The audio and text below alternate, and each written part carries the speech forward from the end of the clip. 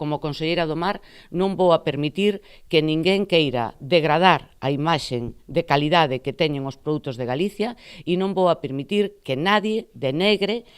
todos os técnicos que traballan en Portos de Galicia e co rigor co que se están acometendo todos e cada un dos proxectos de recuperación de zonas que temos en Galicia. Así detallante se mostraba a titular de Mar Rosa Quintana despois dun encontro con xornalistas en ambas marxes da Ría de Arousa. Con el pretendía responder ás dúbidas existentes respecto ao proxecto de dragaxe do río Lérez e a posibilidade de que os áridos que se retiren desa zona sexan depositados nun dos 6 puntos de vertido autorizados existentes na nosa costa, concretamente o que se sitúa entre as illas de Salvo e Ons. Segundo ela, o proxecto, que cumpre escrupulosamente a normativa ambiental, atópase aínda nunha fase moi inicial e nin sequera se iniciou. É un proxecto do dragado do río Lérez que se iniciou xa no ano 2015, que no ano 2017 se fixo a exposición pública dos análisis que acreditan a calidade dos áridos que se van a extraer nesa zona e que todos eses áridos se irán a depositar aqueles que non se utilicen na rexeneración dos bancos marisqueiros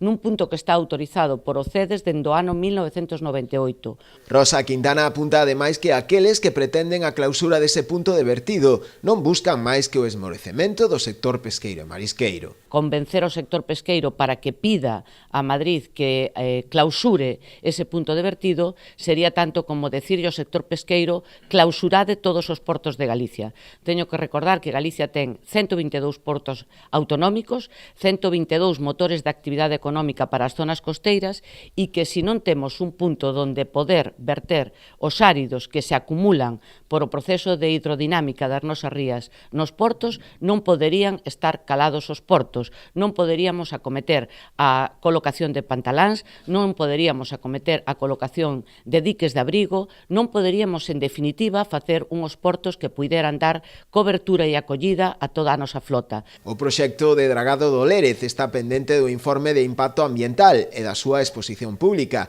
onde se recollerán as posibles alegacións, unha tramitación que no mellor dos casos non estaría rematada antes de 2 anos.